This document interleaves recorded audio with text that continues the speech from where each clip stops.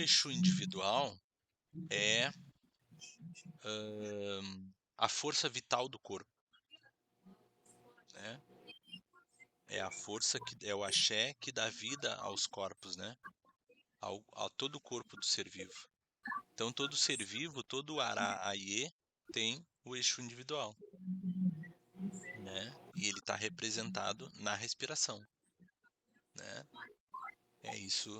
E tanto é que quando a gente morre, a primeira coisa é parar de respirar e perder o movimento, ficar gelado, né? Então a gente diz que é o Exu individual que se afastou, né? Essa força vital que se afastou da gente. Ou seja, esse corpo não tem mais vida, né? E quando a gente está falando de vida aqui, a gente está falando de não vida no sentido do caminho, e sim vida no sentido de força vital, né? Então, além dos nossos 3 orixás, do Eledá, do Ajuntói e da Passagem, tu ainda tem o Exu individual.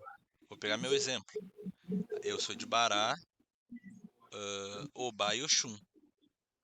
Além dos meus 3 orixás, tem o Exu individual, né?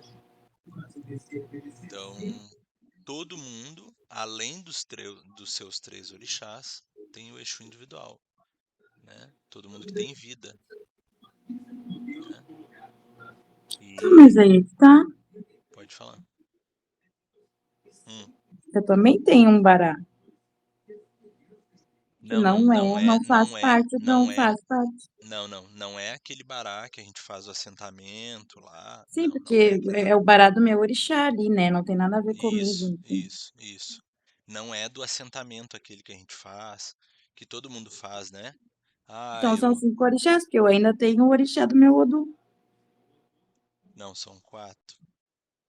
É os teus 3, Eledá, Juntói e Passagem, o Exu individual e a divindade do Odu, né?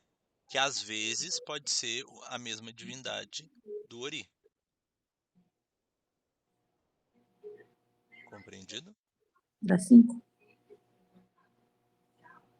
É isso, 5, 5, 5. Uhum, 5. Compreendido? É isso.